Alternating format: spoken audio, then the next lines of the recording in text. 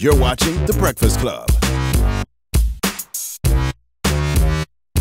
Yep, it's the world's most dangerous morning show. Charlamagne the God, Angela Yee. Envy left. He had to go to Wakanda, which doesn't make any sense because I didn't know light-skinned people are allowed in Wakanda. Yeah, stop It's more like well-kinda for him. Okay.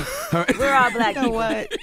But we have a special guest. Eboni K. Williams is here. Welcome back. What's up, y'all? Thank you so much for having me, Charlamagne. Great to be with you and Miss Angela Yee. Yeah, Always Eboni, a pleasure. we have so many questions for you this morning because there's a lot going on in this world. And Ebony's going to be up here a lot more often, too, trying to shed some light on things. If she got time, she'd be acting busy. Oh, my goodness. Not Mr. Let me make sure my spam is working right. Ooh, he did not say that. You know that's how you be, Charlamagne. That only happened once. It did. No. We fixed all those emails. Yes. Everything is good. Absolutely. Yeah. Well, I want to start off with asking about what's happening with Meek Mill, okay? Because we've been trying to figure out why the governor of Pennsylvania, the district attorney, all feel like he should be out right now. Mm-hmm. And there's been all this corruption behind the scenes with the police officers that arrested him and some questions about the judge.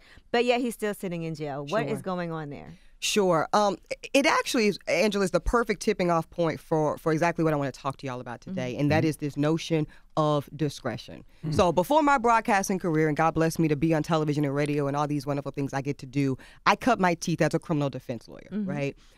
Worked as a public defender, worked at the big white shoe law firms in North Carolina, and ultimately represented high-profile people, but also some of the indigents. So this thing of discretion is important.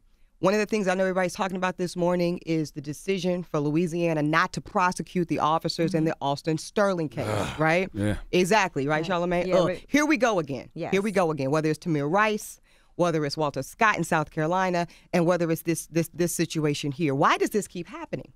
So I want to offer everybody some answers as to exactly why this keeps happening and this outcome of law enforcement not being held liable criminally.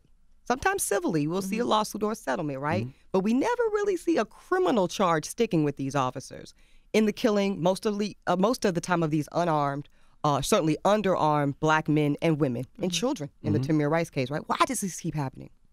Well, it's because of discretion, y'all. It's because of the way the laws are written, the way the statutes are written, state level and federal level. So we have a press conference yesterday. The AG of Louisiana comes out and says, we looked at the facts, we looked at the tape, right? Because everybody thought body cams were going to be the answer, right? We get these body cams. These law enforcement officers have these cameras on them. We see what happens. We're going to get convictions. Yet we still don't have convictions. We got videos, but we still have no convictions. Why is this? Well, the statutes generally read like this, y'all, state and federal. Law enforcement is not deemed to be unlawful in the killing of civilians if it's deemed to be reasonably warranted, if they have reasonable fear. What does that sound like to what y'all? does that even mean? What does that mean, Charlamagne? This is yeah. what we call a nothing sandwich, right? That gives law enforcement this much latitude, wide open, a football field of latitude as to around what they think. Discretion is a fancy word for their judgment. So That's you all could that say, means. he moved his arm and I felt like he was reaching I for was a scared. weapon. Correct. I was scared. I was in fear, right? So, and listen, I want to be fair, right? I understand that these officers sign up for an inherently dangerous job, right? Every day they put their lives on the line. They go out their homes. They leave their wives and children as well. They don't know if they're going to come back. And I understand that. It's important to make that point, y'all, because that's why the laws are written so favorably to their actions. I promise them they're not. We're more scared of them than they could ever be of us. Sure, and that's definitely the other side of that argument, Charlamagne. And this is what I'm getting to. Until the statutes read differently, y'all, until the laws have some real meat on the bones, have some language in there that talks about what that discretion has to look like, that talks about this type of action when there's not a weapon, when there's not, as you say, Angela, in your example, an aggressive, overt action from, the victim in this case, that's not deemed to be justifiable until the language looks like that. Now, you bring up a good point, Charlamagne, which is we tend to be more afraid of them than they are of us. So I've had back channel conversations with legislatures, with law enforcement themselves, with all the people that would need to be at the table for the law to look different so that we don't keep having the heavy hearts and the frustrations and the anger and the outrage of when these officers are not held accountable. We're going to go through the same thing, y'all, when Stephon Clark's case comes up in California in short order. It's an inevitable outcome until the laws look different, until the statutes read differently. Here's the thing. You know who's going to have to be at the table to give us buy-in, to get this change, to get the language that gives us the protections we need to make sure our young brothers, sisters, and children aren't killed without justice? Police officers.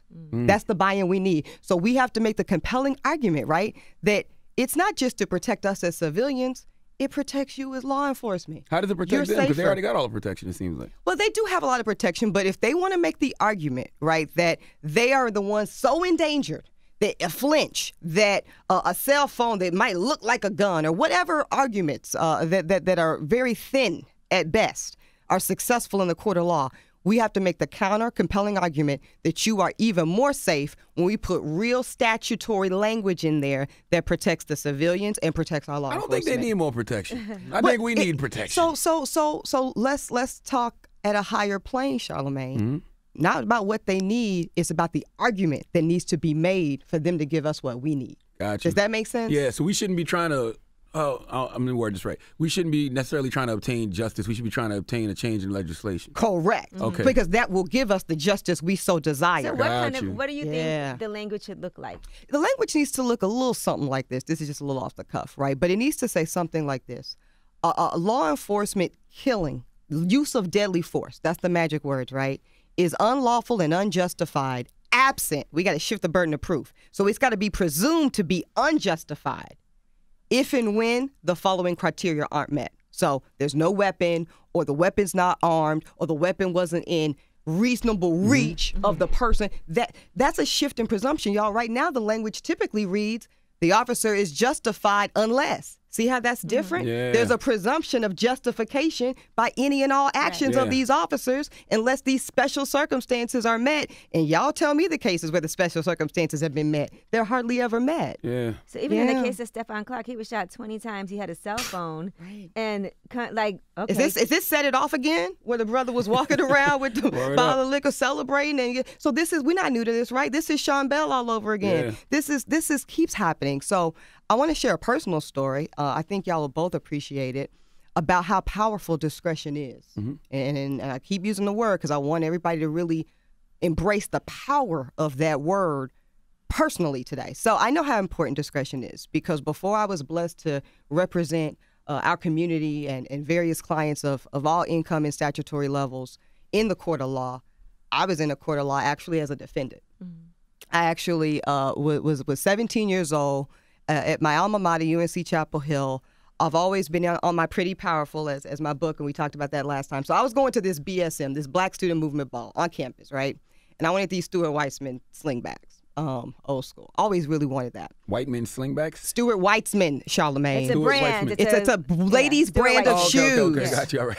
It's a nice brand of shoes. Step your game up. Okay, right. So they were like $300. I didn't have that. So I was like, I'm not going to be able to afford them. So I know at 17, I'm young, I'm dumb. I'll just walk out the store with them. That sounds like a good idea.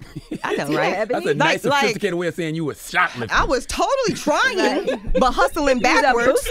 Hustling totally backwards, because I walked out and in short order get apprehended.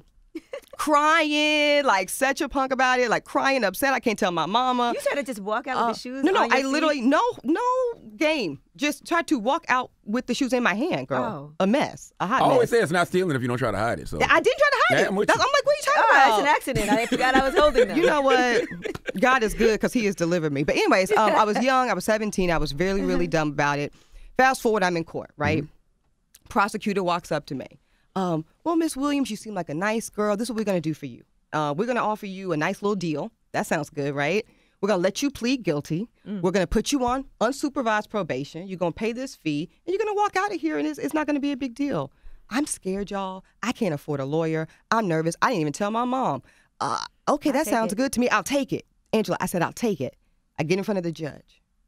He says, well, young lady, you don't look like you belong in here. Where you go to school? I said, I go to Chapel Hill, Your Honor. He says, well, what do you want to do when you come out of Chapel Hill? I said, so I want to be a lawyer. He said, well, you off to a damn fine start. So I say, he says, no, let me see the file. What are we doing here? DA says, in his discretion, we're going to enter her to plead guilty, misdemeanor charge, probation, and da-da-da. Probation for how long? A year of probation, pleading to a misdemeanor that would have been on my criminal record for my life. Because a lot of people think expungements No. And when you're 17, it still stays on? It still stays on your record. In North Carolina, I think up until very recently, I think we're still going through this, you're an adult at 16. Mm-hmm. New York State and North Carolina have been the last 2 states to treat 16-year-olds as legal adults. That's important. So, judge says, I don't think so. I think she's at Chapel Hill. I think she's a full merit scholar. I think she's working. I think that she knows that this is not the right way to go. Mm-hmm. I'm going to reject this offer of a guilty plea. In my discretion, as the judge, I'm going to put her on what we call deferred prosecution. Y'all heard of deferred prosecution? No, what's that? Deferred prosecution, and that's why I'm telling this story, because I really want everybody out there in the world, and especially here in America, to understand deferred prosecution. It says if it's a nonviolent offense, you're a first-time offender, you're not really a threat to society, right? Like, I'm just dumb at that point. You ain't really threatening anybody. We're going to let you earn your way into a dismissal of the charge so you won't have a record and you can go on and live your dreams. That's what deferred prosecution is. And because of that judge's discretion, I got a second chance. Thank God for that judge. Thank God. Okay, so right, Angela, thank God for that judge, because discretion in that day worked in my favor. Mm-hmm. Discretion in the case of Alston Sterling, in the case of Walter Scott, in the case of Tamir Rice, works against their favor. So that's why discretion can be a gift and discretion can be dangerous. So when it comes to these cop killings, y'all, I think our statutory language has to allow for less discretion and more just fact-based. When it's like this, then it's presumed to be unlawful. Yeah, that's the problem with the judicial system, right? Because it's not enough people making morally good decisions. It's just what's legally we can't good. leave it to chance, right, Charlamagne? We can't leave it to chance. Did you see the open letter that Meek Mill's mom wrote to Lady Justice? Sure. Yeah, because he's been in and out of the system for so long. It's kind of like since he was 19 years old. Yeah. And then they put you on probation for such a long period of time. How could you not? And it almost feels like a setup, right? Yeah, and how could you avoid it? It could be you're in the presence of something happening. And you're in violation. Mm-hmm. And then once you're in violation, because I used to represent probation violations all the time as a criminal defense lawyer, Angela, and let me tell you, the default is to violate you. The default is, unless you're perfect, more or less, during the course of this probation, we're going to violate you. You're going to be locked back up, and here you go with another conviction. Mm-hmm. And so, again, I just want to just speak purely from the heart here. I didn't have to share this story. Eventually my record was expunged. I don't have a conviction, thank God. Won't he do it? But people need to know that I've been able to write a successful book. I've been able to have a brilliant career as a litigator. I've been able to be at Fox News, CNN, HLN, NFL Network, live my freaking dream because of the discretion of one individual judge, and it shouldn't be that way. Right. Every young man and woman in this country, especially the ones that look like us and come from more challenging backgrounds structurally and culturally, should be afforded that same second chance that I got. I'm not special. I'm not any better than the next person. Just because I didn't look the part is really ultimately what led to me getting a different outcome that, y'all, could have changed my whole trajectory. It's interesting when Judge Faith Jenkins was up here, she was talking about how we need more people like us as prosecutors. Absolutely. Also, because they're the ones that are going to offer those deals to us that actually will be more favorable to us instead of just trying to say, okay, who cares? We're going to put you on probation. That's and right. You're going to plead not guilty. That's right. And Faith is exactly right. I've known Faith a long time. Faith was a mentor of mine when I was a law student in Louisiana. She was Miss Louisiana and was working at Sidley Austin. You guys are both pretty powerful. Absolutely. Faith is an exemplary example of when it all goes right, right? But how much better would it even be than us just having more prosecutors, which we need. More judges, which we need. But again, taking some of our power back at the statutory level. That we're not giving these individuals, whether they be Jeff Sessions, whether they be the AG in Louisiana, the Attorney General here in New York, the Attorney General in any of these states, I don't think any of them need that much power, right? Let's put it in the language on the front end that says we're going to presume when you kill an unarmed American, you are wrong.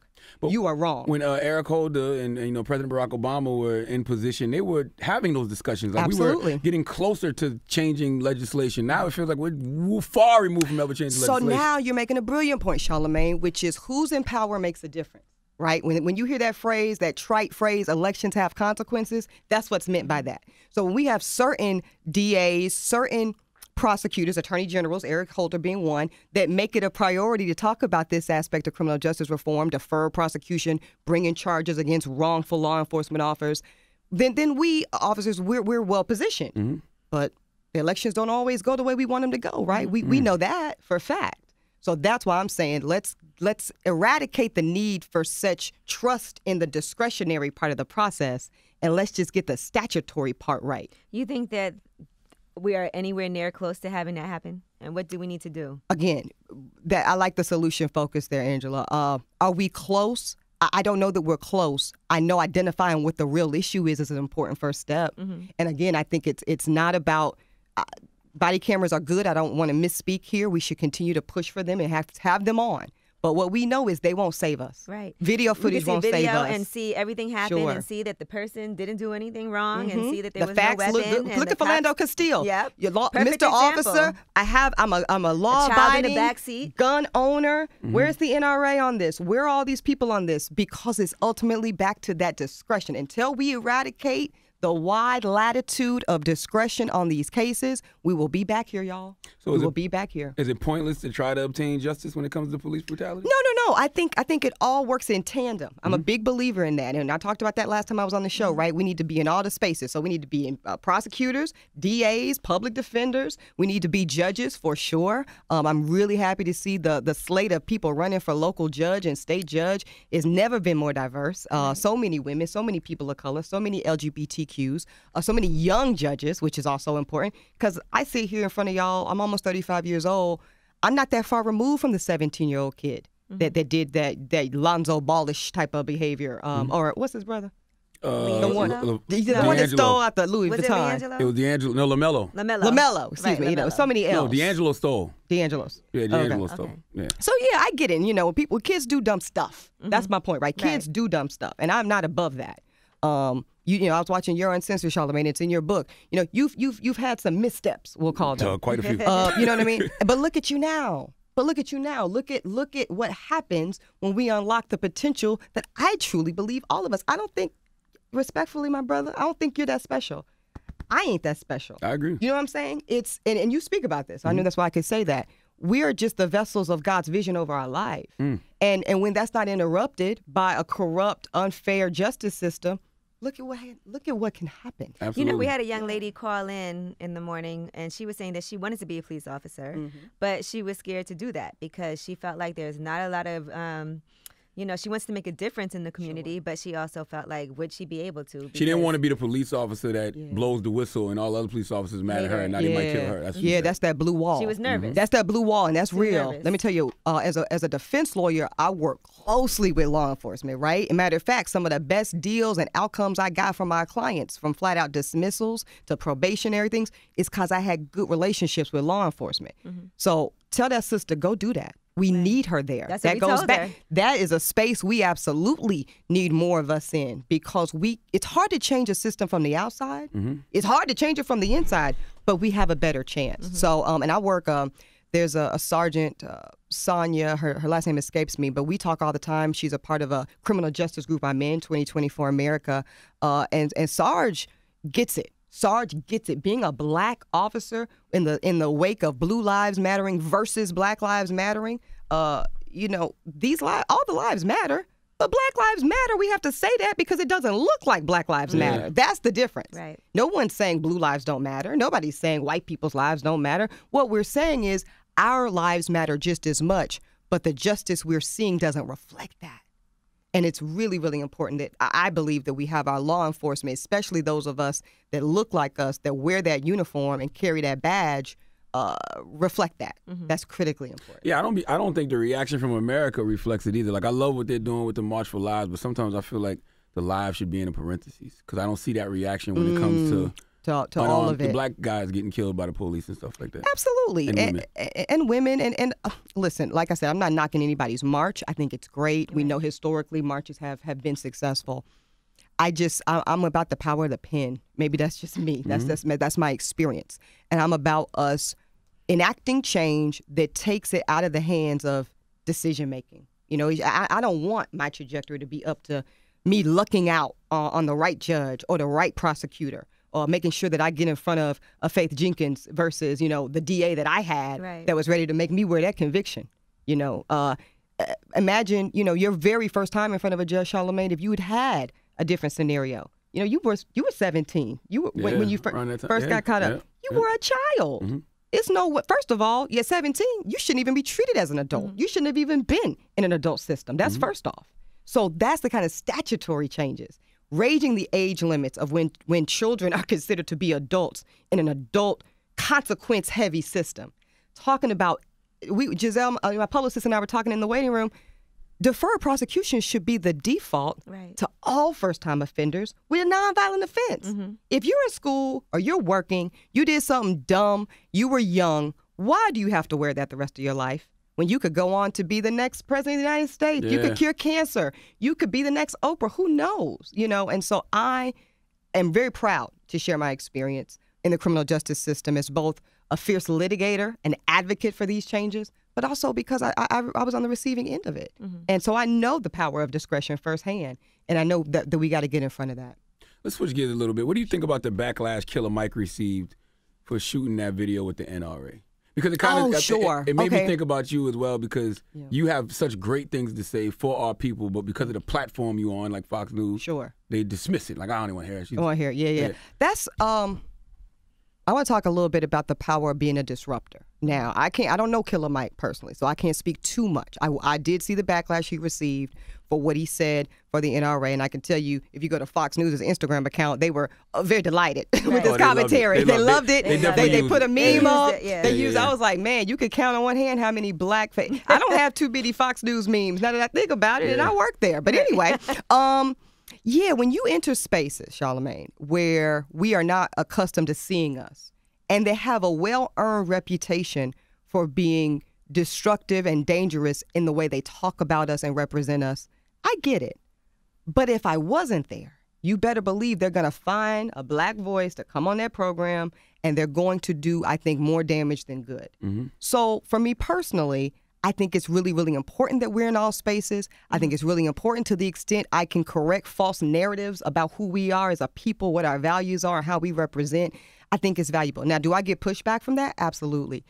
Is there a fiscal consequence to that? Absolutely. I think this kind of connects to the Monique interview a little bit, right? Because she talked a lot about her value and her resume and her awards and her legendary status, and everybody conceded that she's well earned that, right?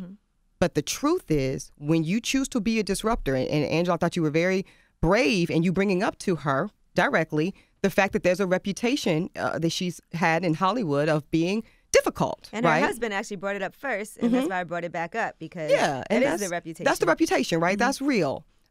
If you choose to be a disruptor, if you choose to be that loud, bold voice in a space or in a manner that people are not accustomed, people don't like, people are not comfortable with, whether it's, Monique saying that, Gabrielle Sidibe needed, not to be in coach and she should have a makeup artist, whatever it is that you choose to speak up about, whether it's me being at Fox News because I think we need to be represented there in a particular capacity and people feeling like me even being there is a problem, you got to be ready for the consequences. That's what I would say to Sister Monique, is that if you want to be a disruptor, and we've chosen to do that, nobody asked us to do that, we've chosen to enter that space, you have to do the math up front. And I mean sometimes the literal math, right? And say, can I afford this? To do this? Damn right. Can I afford to be a disruptor? I'm not a fool.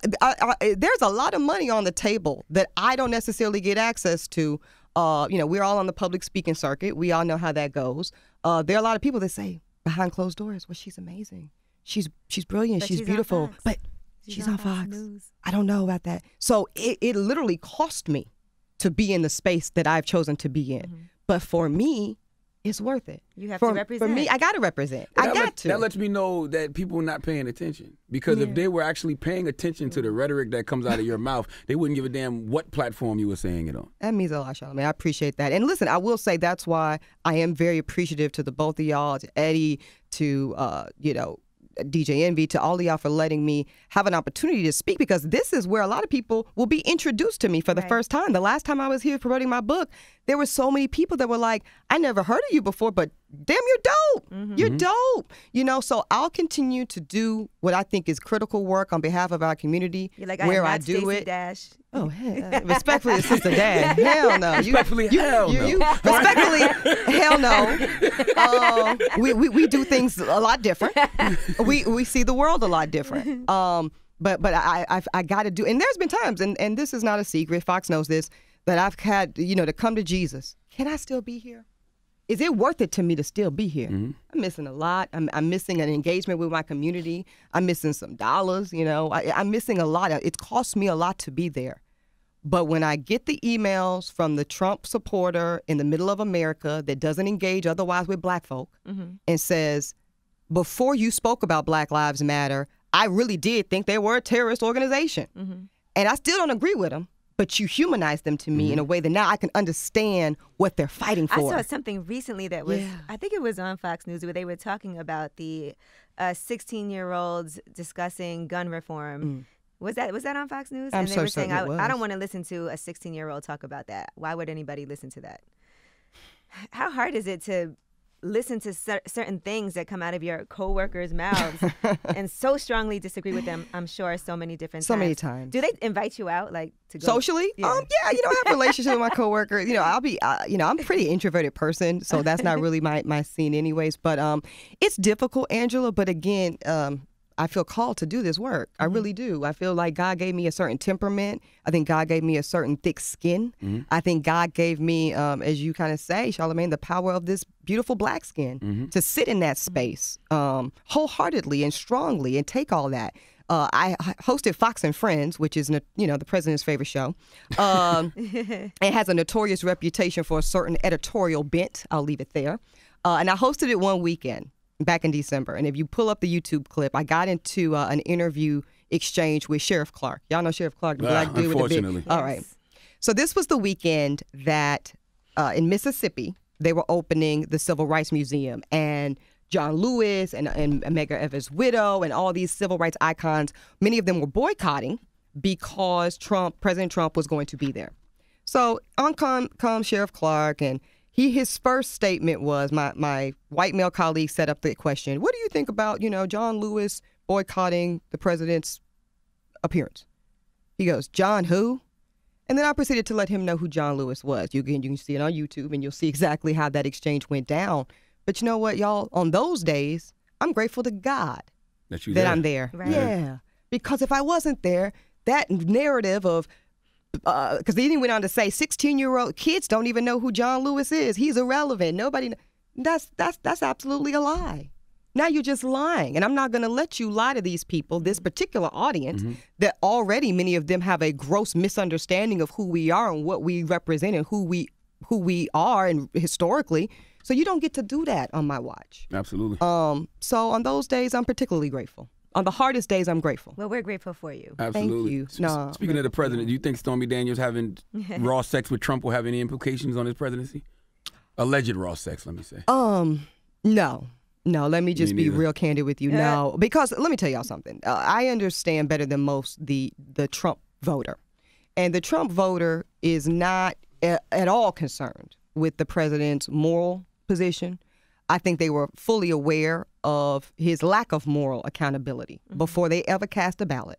So, no, I don't think, and I said this in my docket, I think that he probably, as he said, could go shoot somebody on Fifth Avenue and they will still vote for him. Absolutely. So, because it's a cultural supporting that's going on. It's not a moral supporting. It's not even a political supporting. I have lots of true principled conservative friends that despise this president because they don't feel he represents conservatism.